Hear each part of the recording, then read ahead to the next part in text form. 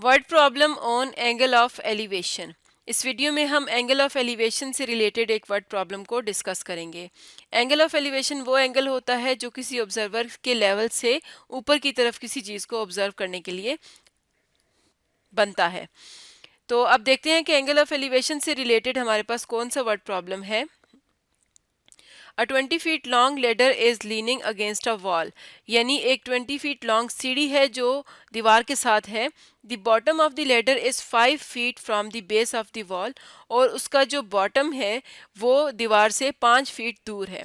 Find the acute angle the ladder makes with the ground, यानी कि अगर ये हमारे पास इस तरह से एक दीवार है और ये ग्राउंड है, तो जो लेडर है ये हमारे पास लेडर है, हम इस तरह से शो कर लेते हैं। और लेडर की जो हाइट है या जो लंबाई है वो कितनी है, 20 फीट, और वो इस तरह से दीवार के साथ है।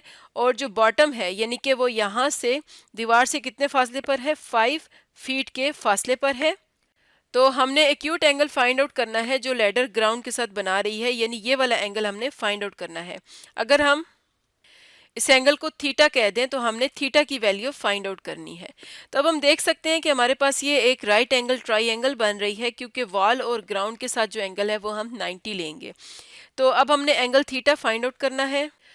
तो अगर ये 90 डिग्रीज है तो इसके सामने वाली ये जो साइड है इसको हम हाइपोटेन्यूज कहते हैं, और जो एंगल हमारी ऑब्जर्वेशन में होता है उसके साथ वाली साइड को हम बेस कंसीडर करते हैं। तो अब अगर हम बेस और हाइपोटेन्यूज को देखें तो बेस और हाइपोटेन्यूज को लेते हुए कौन सी ट्रिग्नोमेट्रिक रेशियो है जो हम यहाँ पर यूज कर सकते हैं, साइन थीटा। यानी कि साइन थीटा किसके इक्वल होता है, sine theta, sorry cos theta होगा। कॉस थीटा किसके इक्वल होता है, बेस ओवर हाइपोटेन्यूज। तो ये आ जाएगा बेस ओवर हाइपोटेन्यूज। हमने थीटा की वैल्यू फाइंड आउट करनी है तो हम कॉस थीटा को यहीं पर रखेंगे। बेस था 5 फीट डिवाइडेड बाय हाइपोटेन्यूज की वैल्यू थी 20, तो ये आ जाएगा cos theta equals to 5/20 equal होता है 0.25 के। अब यहाँ से हमें थीटा की वैल्यू चाहिए, तो थीटा को हम यहीं पर रखेंगे और दूसरी तरफ कॉस इनवर्स ले लेंगे 0.25 का। तो ये आ जाएगा 75.52 डिग्रीज, या अगर हम इसको राउंड ऑफ कर लें तो ये आ जाएगा 75.5 डिग्रीज। तो ये वो एंगल है जो लेडर ग्राउंड के साथ बना रही है, यानी थीटा की जो वैल्यू है वो कितनी है, 75.5 डिग्रीज अप्रॉक्सीमेटली। तो इस तरह से हमने देखा कि अगर हमारे पास कोई भी लेडर इस तरह से वॉल के साथ हो, अलाइन हुई हो, तो वो जो एंगल बनाती है उसे हम कॉस थीटा की ट्रिग्नोमेट्रिक रेशियो से फाइंड आउट कर सकते हैं। इसी तरह एक और प्रॉब्लम कंसीडर करते हैं। The base of a rectangle is 25 feet and height is 13 feet, यानी कि हमारे पास एक रेक्टेंगल है इस तरह से, और इसकी जो बेस है वो है 25 फीट और हाइट इसकी 13 फीट है। Find the angle that diagonal make with the base, यानी कि अगर हम इस तरह से एक डायगोनल ड्रॉ करते हैं तो वो बेस के साथ जो एंगल बना रहा है वो हमने फाइंड आउट करना है।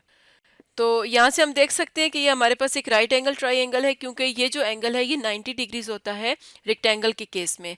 और तो जो हमारा एंगल ऑफ ऑब्जर्वेशन है इसके साथ वाली साइड को हम बेस कहेंगे और इसके ऑपोजिट साइड को हम परपेंडिकुलर कहेंगे। तो हम जानते हैं कि परपेंडिकुलर और बेस को सॉल्व करते हुए हमारे पास कौन सी ट्रिग्नोमेट्रिक रेशियो है, टेन थीटा। तो हम यहाँ पर लिख सकते हैं tan theta is equal to perpendicular over base.